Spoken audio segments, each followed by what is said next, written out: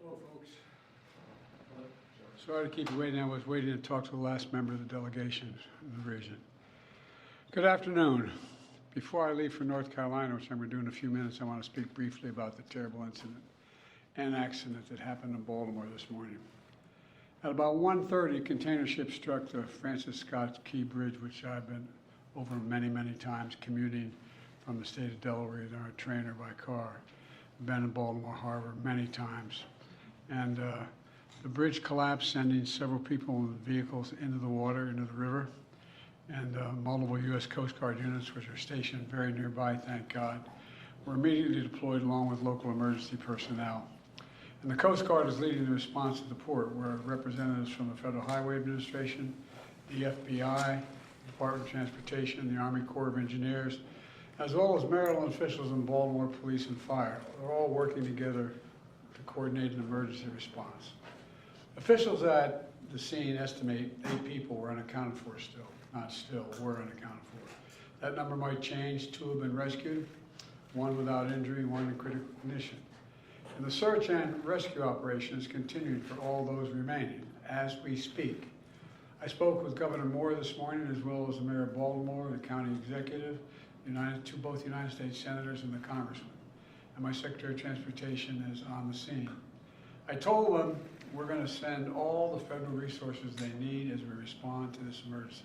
And I mean all the federal resources. And we're going to rebuild that port together. Everything so far indicates that this was a terrible accident.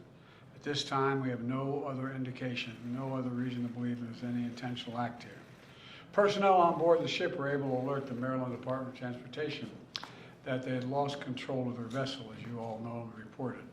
As a result, local authorities were able to close the bridge to traffic before the bridge was struck, which undoubtedly saved lives. Our prayers are with everyone involved in this terrible accident and all the families, especially those waiting for the news of their loved one right now. I know every minute in that circumstance feels like a lifetime. You just don't know. It's just terrible. We're incredibly grateful for the brave rescuers who immediately rushed to the scene, and to the people of Baltimore. I want to say we're with you. We're going to stay with you as long as it takes.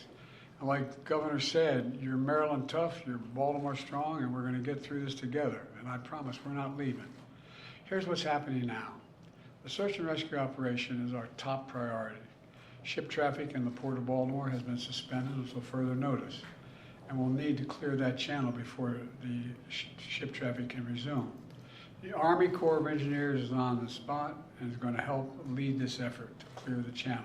The Port of Baltimore is one of the nation's largest shipping hubs, and I've been there a number of times as a senator and as a vice president. It handles a record amount of cargo last year.